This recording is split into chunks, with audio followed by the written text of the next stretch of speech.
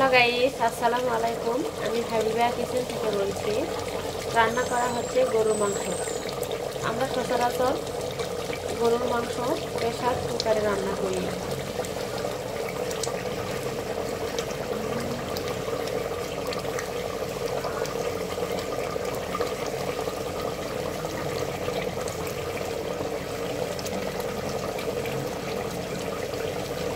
মাংসের মশলার পরিমাণটা দেখা আমরা এই জন্যই, কেউ মশলা কমও খেতে পারে, কেউ বা বেশিও খেতে পারে। আমি আমার পরিমাণ মতো মশলা দিয়ে রান্না করছি।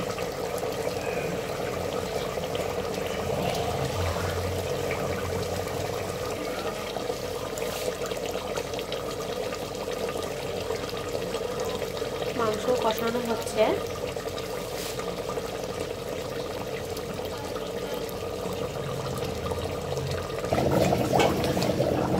মাংস রান্না হয়ে গেছে, এবার নামিয়ে নেব। রান্না করা হচ্ছে করলা আলু চচ্চড়ি।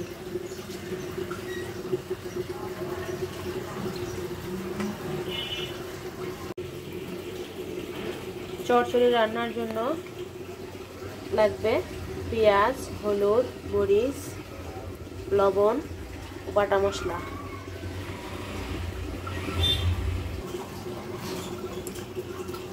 পরিমাণ মতো তেল দিয়ে দিলাম।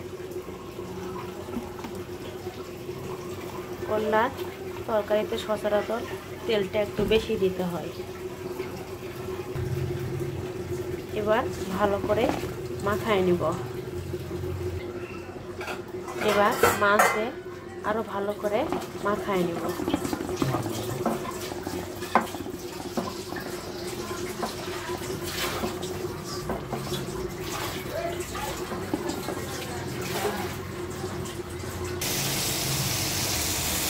চচ্চড়িতে যে মাছ দিয়েছি, এই মাছটা নদীর মাছ। আপনাদের কাছে প্রশ্ন রেখে গেলাম, এই মাছটার নাম কি আপনারাই জানাবেন।